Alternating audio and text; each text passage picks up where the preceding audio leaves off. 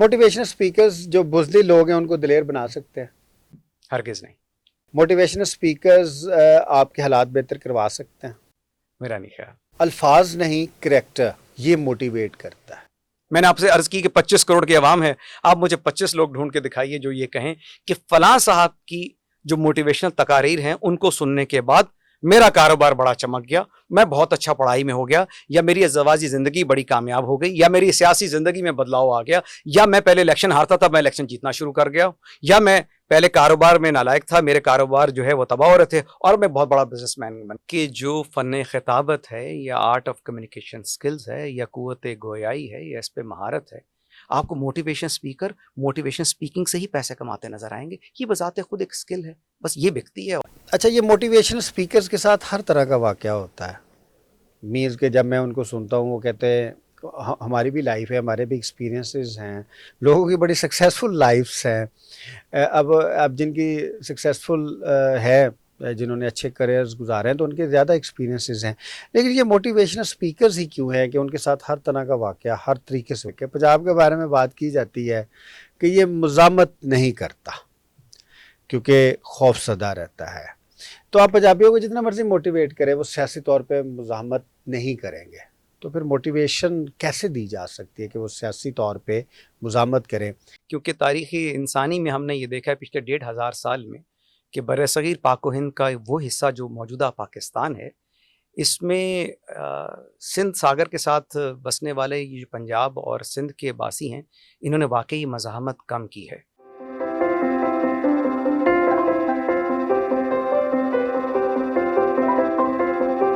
السلام علیکم ناظرین، ریپبلک پالیسی کے پلیٹ فارم سے آپ کی خدمت میں حاضر ہیں۔